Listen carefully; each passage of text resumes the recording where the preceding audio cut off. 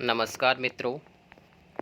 सफलता का रामबाण हिंदी ज्ञान अखाड़ा विद निशांत खुरपाल यूट्यूब चैनल पर आप सभी मित्रों का स्वागत है। दोस्तों, हम अपनी दूसरी वीडियो लेकर के आपके समक्ष प्रस्तुत हुए हैं। जैसे कि इससे पहली वीडियो में आपको बताया गया था कि हिंदी साहित्य को कैसे पढ़ा जाए, क्या छोड़ा जाए और क्या पढ़ा जाए, क्योंकि प्रतियोगिता का समय है। हम वही पढ़ेंगे, आपको वही पढ़ाया जाएगा जिससे कि आप बिल्कुल अच्छे अंकों के साथ अपनी परीक्षा को उत्तीर्ण करेंगे व सरकारी नौकरी को प्राप्त कर लेंगे। तो आपको सभी चैनल वाले बहुत बताते हैं, वीडियोस देते रहते हैं, लेकिन कोई भी आपको यह नहीं बताएगा कि पढ़ा कैसे जाता है। यदि आपने हमारी पहली वीडियो नहीं देखी है तो जा कर के हमारी पहली वीडियो देखिए। यदि अच्छी लगती है वीडियो, उसको लाइक करें, सब्सक्राइब करें और शेयर करें। आज की हमारी वीडियो का जो चर्चा का विषय है वो रहेगा हिंदी साहित्य का पाठ्यक्रम चर्चा। अब बात आती है यदि हिंदी साहित्य की, तो हम बात करेंगे कि हम कौन से पाठ्यक्रम की तैयारी करेंगे। तो आप एक बात जान लीजिए कि यदि आप किसी छोटे लेवल के एग्ज़ाम की तैयारी करोगे तो आप उस एग्ज़ाम को कभी भी नहीं क्लियर कर पाओगे।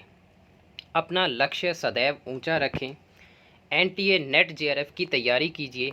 आपके छोटे छोटे एग्ज़ाम अपने आप क्लियर हो जाएंगे, क्योंकि कहा भी गया है कि एक के साधे सब सदे, सब साधे सब जाए। कि यदि आप एक समय पर बहुत से पेपरों के पीछे भागोगे तो आपको वो बात नहीं बन पाएगी।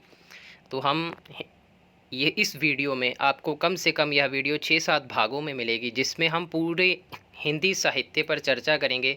और मेरा आपसे वादा है कि इस वीडियो को देखने के बाद आपको बहुत से प्रश्न वैसे ही याद हो जाएंगे, और इसी वीडियो को जब 6-7 भाग इसके पूरे हो जाएंगे, आपको इस पाठ्यक्रम में से ही कम से कम 22 से लेकर के 25 तक प्रश्न यहीं से मिलेंगे। NTA net JRF, DSSB, master cadre Punjab, NVS, KVS, सभी परीक्षाओं के लिए हमने एक पाठ्यक्रम तैयार किया है। तो अब हम चलते हैं अपने पाठ्यक्रम पर। तो वीडियो शुरू करने से पहले आपको बताते हैं कि यदि आप ध्यान से सुनोगे, लिखोगे, तो आपको 20 से 25 प्रश्न यहीं से मिल जाएंगे। हमने इसको भागों में बांटा हुआ है। यदि सबसे पहले चर्चा करें हिंदी साहित्य का इतिहास, किसी भी परीक्षा की तैयारी में सबसे पहला जो आपका जो हिंदी का टॉपिक आता है उसमें हम लेते हैं हिंदी साहित्य के इतिहास को। इसमें जब हम टॉपिक क्लियर करेंगे उसमें आपको काल विभाजन करवाया जाएगा, सीमा निर्धारण करवाया जाएगा, नामकरण के बारे में हम पढ़ेंगे कि जो हिंदी साहित्य है उसको कितने कालों में बांटा गया है। आप सबको पता है, आदिकाल, भक्तिकाल, रीतिकाल और आधुनिक काल। तो इस जो 4 काल हैं ये इसके काल विभाजन में आ जाएंगे। फिर हम इसका सीमा निर्धारण करेंगे कि किस विद्वान ने या विद्वानों द्वारा सर्वमान्य रूप से सीमा निर्धारण क्या है कि कोई काल कहाँ से शुरू होकर के कहाँ पर जा कर के ख़त्म होता है। जैसे काल विभाजन में आदिकाल, भक्तिकाल, रीतिकाल और आधुनिक काल के बाद आप सीमा निर्धारण पर यदि आते हैं आदि और अंत, तो यहाँ पर आपको एक सर्वमान्य जो आचार्य रामचंद्र शुक्ल जी, बहुत बड़ा नाम है हिंदी साहित्य के इतिहास में, उनका नामकरण आपको यहाँ पर दिया गया है।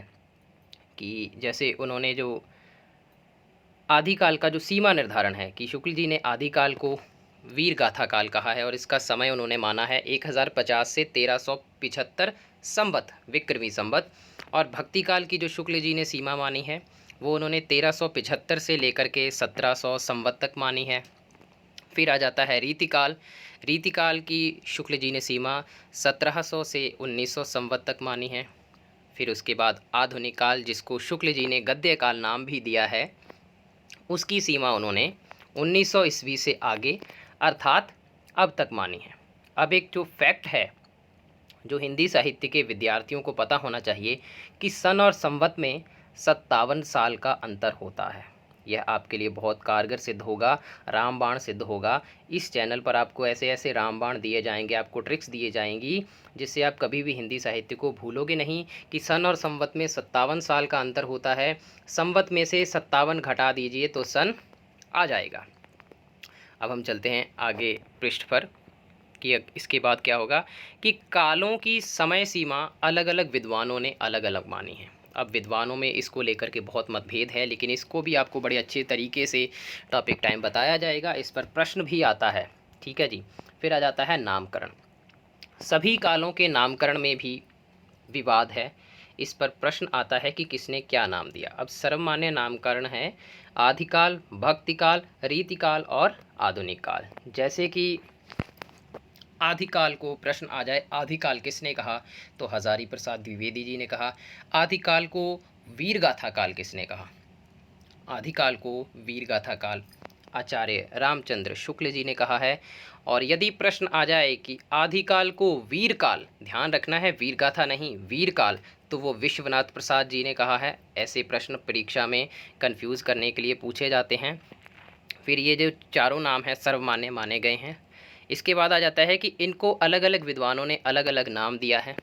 फॉर एग्ज़ाम्पल, आदिकाल को वीरगाथा काल कहा आचार्य रामचंद्र शुक्ल ने, आदिकाल को वीरकाल कहा विश्वनाथ प्रसाद ने, आदिकाल को बीज बपन काल कहा महावीर प्रसाद द्विवेदी ने।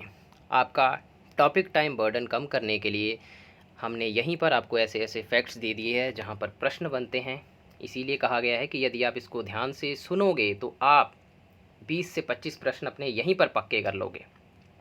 इस वीडियो को अच्छी लगे तो अधिक से अधिक सब्सक्राइब कीजिए, चैनल को लाइक कीजिए, अपने हिंदी मित्रों के साथ शेयर कीजिए। इस वीडियो की सफलता के पश्चात ही हम अगली वीडियो लेकर के आपके लिए आएंगे। अब आदिकाल को बीज बपन काल कहा महावीर प्रसाद द्विवेदी ने। ऐसे ही सभी कालों को नाम दिए गए हैं। टॉपिक टाइम इसको हम विस्तार से करेंगे। नामकरण का जो आधार है वो शुक्ल जी ने उस काल की प्रवृत्तियों, चित्त की वृत्तियों को, प्रमुख ग्रंथों को माना है। जैसे वीरगाथा काल नाम उन्होंने वीरता की प्रधानता की, जो उस समय में वीरता की प्रधानता थी, इसलिए शुक्ल जी ने आदिकाल को वीरगाथा काल नाम दिया है। अब एक बात और है कि आदिकाल, भक्तिकाल, रीतिकाल और आधुनिक काल, इन सभी कालों में एक चीज़ समान रूप से आएगी जो आपके पाठ्यक्रम में मेंशन है। वो क्या है, देखिए अगली स्लाइड। कि किसी भी काल को जब हम पढ़ते हैं उसमें से कुछ एक चीज़ें हैं जो आपको हर काल में पूछी जाएंगी। वो क्या आएंगी कि पृष्ठभूमि अर्थात इतिहास, किसी भी काल की पृष्ठभूमि क्या रही है, जिसमें कि उसकी परिस्थितियां आ जाती हैं राजनीतिक, आर्थिक, सामाजिक और सांस्कृतिक। फिर आता है प्रवृत्तियां, जिन्हें विशेषताएं भी कहा जाता है। अक्सर स्टेट लेवल की परीक्षाओं में पूछ लिया जाता है कि विशेषताओं को और क्या कहा जाता है, तो विशेषताओं को प्रवृत्तियां भी कहा जाता है। उपरोक्त जो पॉइंट्स आपको बताए गए हैं, पृष्ठभूमि, परिस्थितियां और प्रवृत्तियां, ये सभी कालों में समान रूप से आएंगी।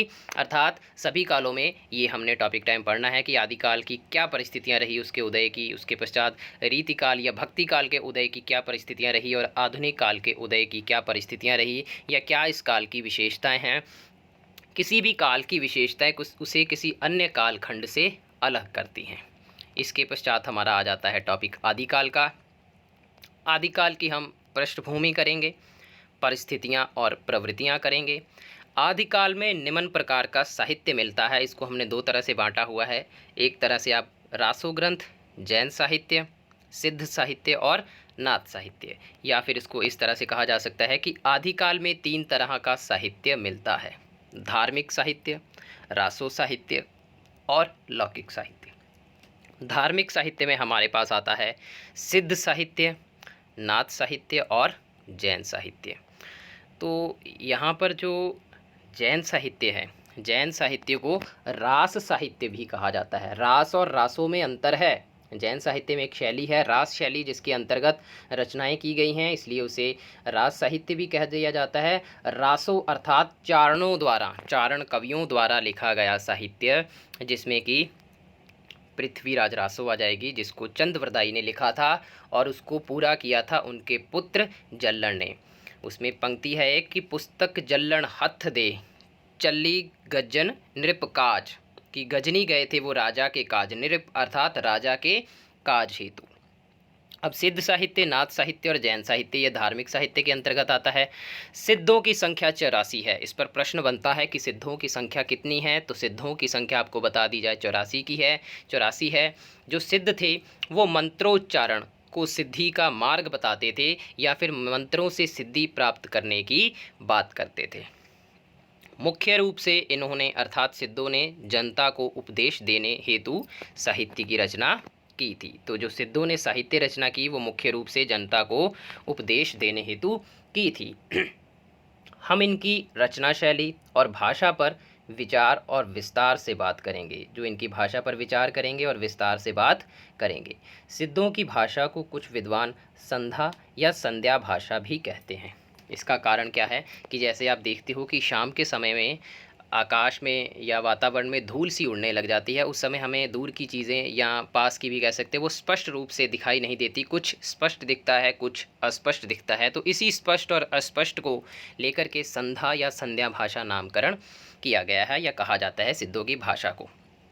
मुख्य सिद्ध कौन कौन से हुए हैं? सरहप्पा, जिन्होंने दोहा कोश नामक ग्रंथ की रचना करी है, यह प्रश्न में पूछा जाता है।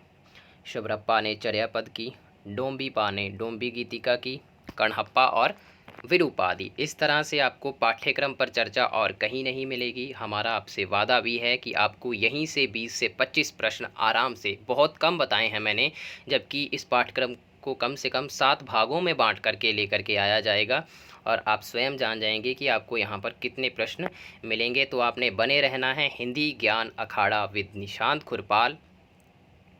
और इसके आगे आ जाता है नाथ साहित्य।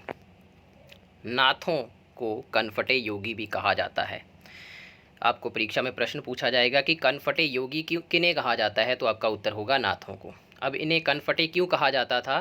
क्योंकि यह अपने कान की लौ में बड़े बड़े कुंडल पहनते थे, जिस कारण इनके कानों में बड़े बड़े छेद हो गए थे और इन्हें कनफटी योगी कहा जाने लगा। जो नाथ हुए हैं उनकी संख्या 9 है। अब इसके पैरेलल एक क्वेश्चन बनता है कि सिद्धों की संख्या कितनी है? सिद्धों की संख्या 84 है और नाथों की संख्या 9 है। गोरखनाथ को सिद्ध साहित्य का प्रवर्तक माना जाता है। कहीं कहीं आपको यह भी मिलेगा कि मत्स्येंद्र नाथ को माना जाता है, लेकिन सर्वमान्य रूप से गोरखनाथ को ही माना जाता है। नाथ शिव के भक्त थे, योग पर बल देते थे। हठ योग चलाया इन्होंने। हठ योग किन्होंने चलाया, प्रश्न आ सकता है, तो नाथों ने चलाया था। अब जैसे कि आपको मैंने रासो और रास साहित्य में अंतर बताया था कि जैन साहित्य को रास साहित्य भी कहा जाता है। रास साहित्य और रासो साहित्य में अंतर है, इसे याद रखें। जैन साहित्य जो है वो रास शैली का प्रयोग करके अपभ्रंश में लिखा गया था। जैन साहित्य का अन्य नाम क्या है? नोट डाला हुआ है, आपने भी नोट कर लेना है कि जैन साहित्य का अन्य नाम क्या है, क्या कहा जाता है? इसे रास साहित्य भी कह दिया जाता है। अब शालिभद्र सूरीकृत भरतेश्वर बाहुबली रास बहुत ही इम्पोर्टेंट ग्रंथ है, जिसमें कि 2 भाई होते हैं बाहुबली और भरतेश्वर नाम के।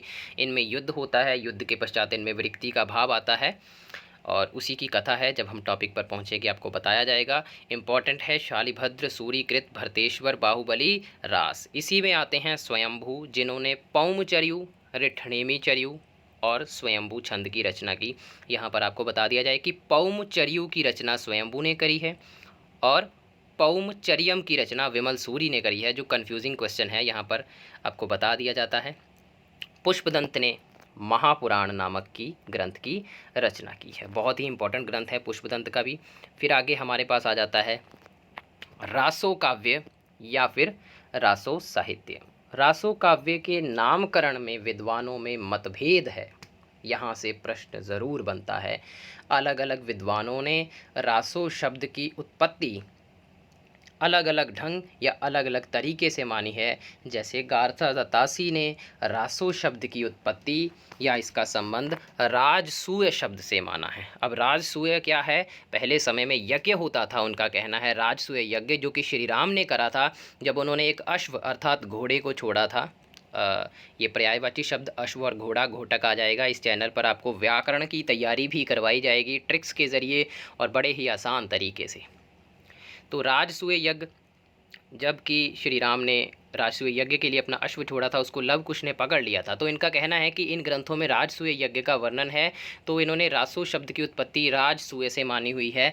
आचार्य रामचंद्र शुक्ल ने रासायन शब्द से रासो शब्द की उत्पत्ति मानी है।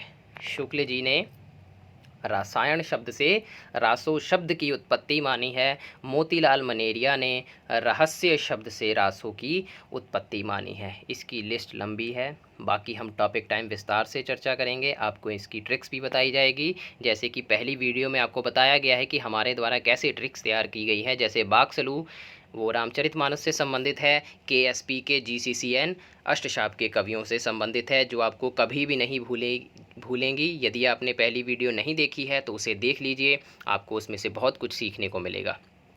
प्रमुख रासो ग्रंथों में आ जाता है पृथ्वीराज रासो, महाकाव्य है, हिंदी का, चंद्रवरदाई द्वारा रचित है। खुमान रासो के रचयिता दलपति विजय, बीसल देव रासो के नरपति नाल और परमाल रासो के रचयिता जगनिक, जिसे कि आल्हा खंड भी कहा जाता है। ये चारों के चारों बहुत प्रसिद्ध ग्रंथ हैं, इनमें से प्रश्न ज़रूर आएगा। टॉपिक टाइम हम इसको विस्तार से करेंगे।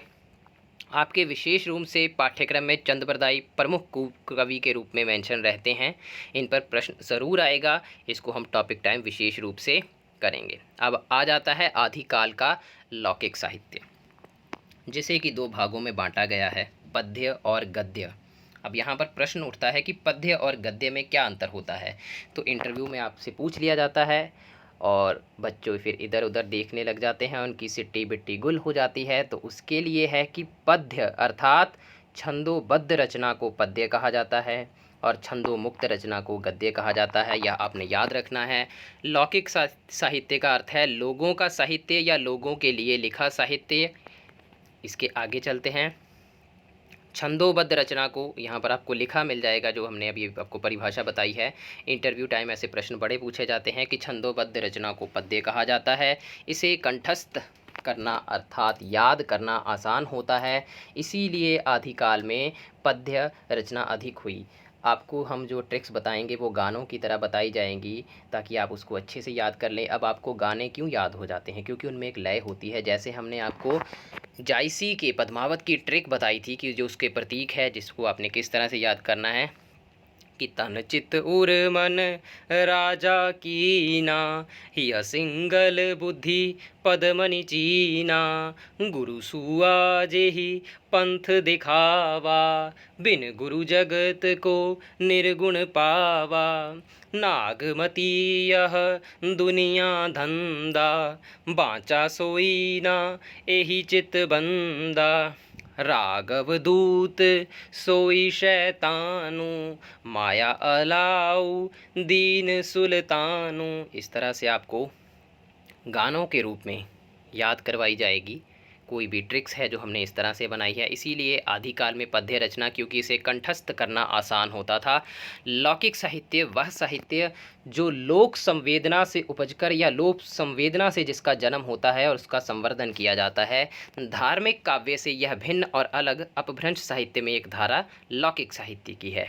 उदाहरण जैसे कि ढोला मारूरा दोहा या फिर दूहा मिलेगा कहीं कहीं, इसके रचयिता कौन है? कल्लोल या कुशललाभ। अब कल्लोल इसके रचयिता हैं, कुशललाभ नाम के व्यक्ति ने इसमें कुछ अंश मिला दिया, ऐड कर दिए कुछ दोहे, जिस वजह से उनको भी इसके रचयिता का नाम दिया जाता है। ऑप्शन में आपको एक ही मिलेगा परीक्षा में, तो आपने उस पर टिक कर देना है। अमीर खुसरो, खुसरो दरिया प्रेम का, उल्टी वा की धार, बड़ी ही इम्पोर्टेंट पंक्ति है जो परीक्षाओं में पूछी जाती है। अमीर खुसरो का साहित्य भी लौकिक साहित्य के अंतर्गत आता है। अब्दुल रहमान का संदेश रासक भी लौकिक साहित्य के अंतर्गत आता है। इसमें कुछ विद्वानों में मतभेद हैं, कोई किसी को कुछ मानता है, लेकिन हम आपको सर्वमान्य रूप वाला ही यहाँ पर बताएंगे, जो परीक्षाओं में आपसे पूछा जाएगा। अब जो गद्य साहित्य है, लौकिक साहित्य के अंतर्गत जो गद्य साहित्य आता है, उसमें रोड़ा कविकृत राउलवेल इसमें आएगा। यह एक शिलांकित कृति है। रोड़ा कवि की राउलवेल बहुत इंपॉर्टेंट है। शिलांकित अर्थात शिलाओं पर अंकित थी, पत्थरों पर अंकित थी। इसे चंपू काव्य कहा जाता है। अब परीक्षाओं में या इंटरव्यू में पूछा जाता है कि चंपू काव्य किसे कहा जाता है? जिसमें गद्य और पद्य मिश्रित हो, वह चंपू काव्य कहा जाता है। ज्योतिरीश्वर ठाकुर कृत वर्ण रत्नाकर, हेमचंद्र कृत शब्दानुशासन। प्रमुख कवि इसमें से क्या आ जाएंगे आपके? अमीर खुसरो, विद्यापति, चंद्रवरदाई। आदिकाल में से अगर हम देखें, ये तीन कवि बहुत ही इंपॉर्टेंट हैं, बाकी भी इंपॉर्टेंट हैं, इन पर हम विस्तार से चर्चा करेंगे टॉपिक टाइम। आगे चलते हैं। अमीर खुसरो, थोड़ा सा इनके बारे में चर्चा यहीं पर करेंगे हम कि अमीर खुसरो जो है उनके बारे में क्या है कि अमीर खुसरो हिंदू मुस्लिम संस्कृति के समन्वित, कि हिंदू और मुस्लिम संस्कृति को मिलाकर के चलने वाले कवि। खड़ी बोली का सबसे पहले प्रयोग बहुत ही इम्पॉर्टेंट है, VVIP, खड़ी बोली का सबसे पहले प्रयोग अमीर खुसरो ने ही किया था। इसको याद कर लीजिए, जब परीक्षा में आप इसका उत्तर दोगे फिर आप याद करोगे। निशांत सर ने हमें बताया था कि खड़ी बोली का सबसे पहले प्रयोग अमीर खुसरो ने किया है। यह प्रश्न पूछा भी जाता है। खड़ी बोली जिसका कि आधुनिक काल में बहुत ही विकास हुआ। फिर आ जाता है विद्यापति। विद्यापति का साहित्य भी लौकिक साहित्य के आता है, जिसमें इन्होंने कीर्तिलता, कीर्ति पताका और पदावली, कीर्तिलता और कीर्ति पताका अवहट्ट भाषा की रचना है और पदावली इन्होंने मैथिली भाषा में लिखी, जिस कारण इन्हें मैथिल कोकिल की उपाधि भी दी गई है।